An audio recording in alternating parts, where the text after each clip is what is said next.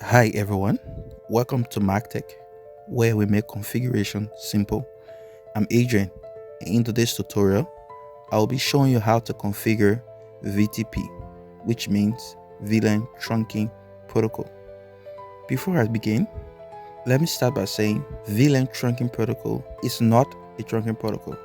VTP was designed by Cisco to replicate VLANs between switches. Now there are two major types of VLAN trunking protocols, but one is being utilized widely today, the 802.1q trunking protocol and the ISL.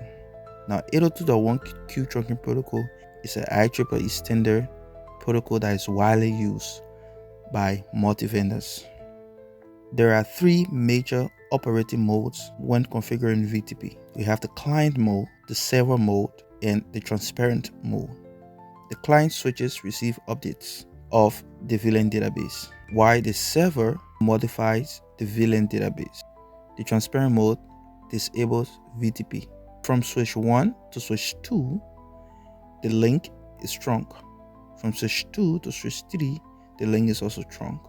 So over this strong link, VTP is able to propagate VLAN between switches, or between switch 1 and switch 2 to switch 3 and switch 4.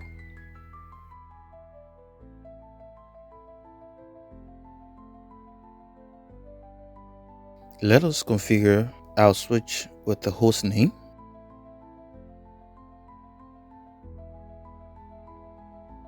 We go to global configuration mode,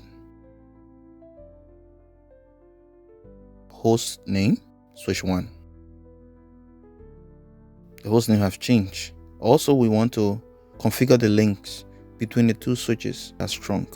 First, we enter the interface and say fast Ethernet 0/1. We say switch port mode trunk.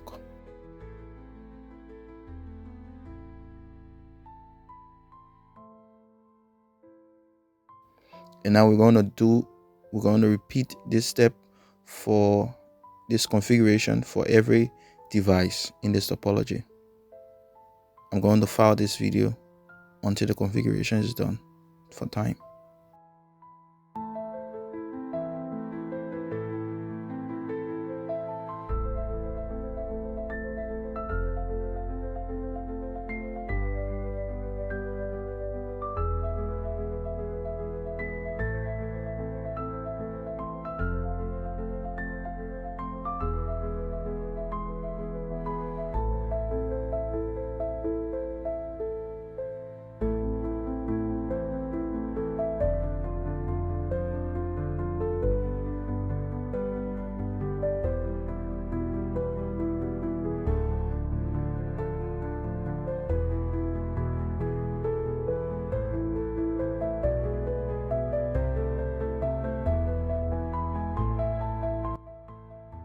After we've done that, we also want to verify the VLANs on these switches.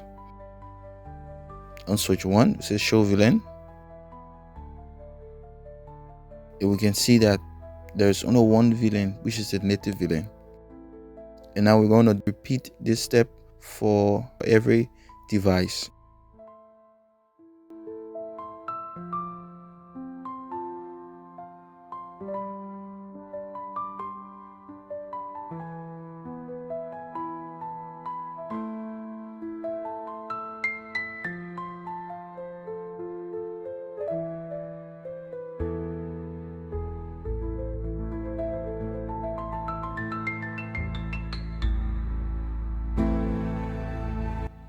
The next thing we want to do also is we want to see our VTP status. When configuring VTP, there are three modes. We have the client mode, the server mode, and the transparent mode. Now, the VTP operating mode is here, which is server.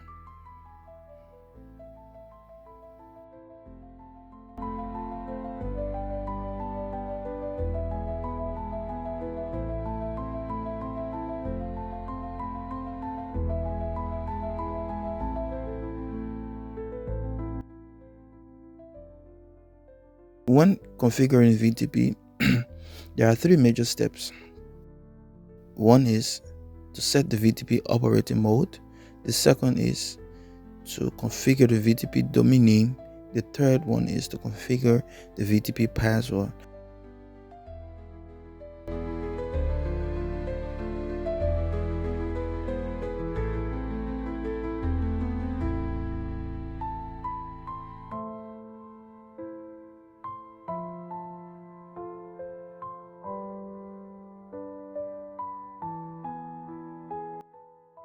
But in this video, we'll only utilize the two major configurations: setting the VTP operating mode and setting the VTP domain name.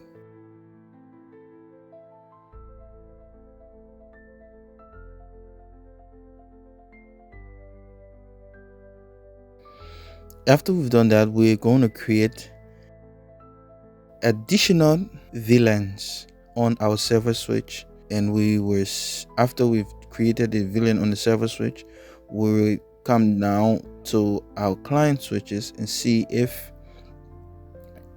our VLANs are being propagated between the switch.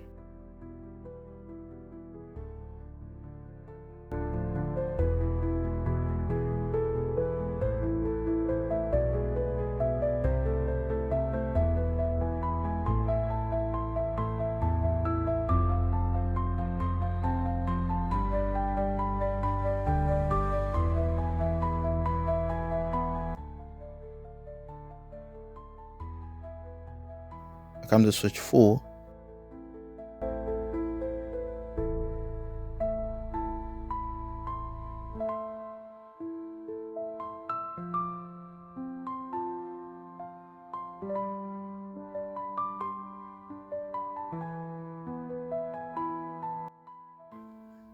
And I say show VLAN.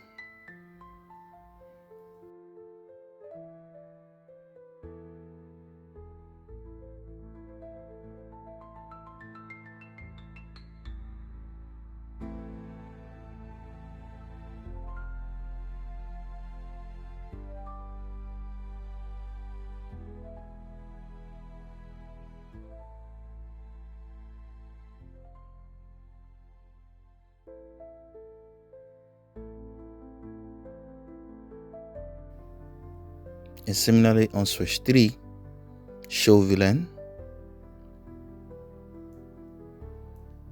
On switch 2, I'll show VLAN. And yes, our VLAN is being replicated from the server switch to the client switches.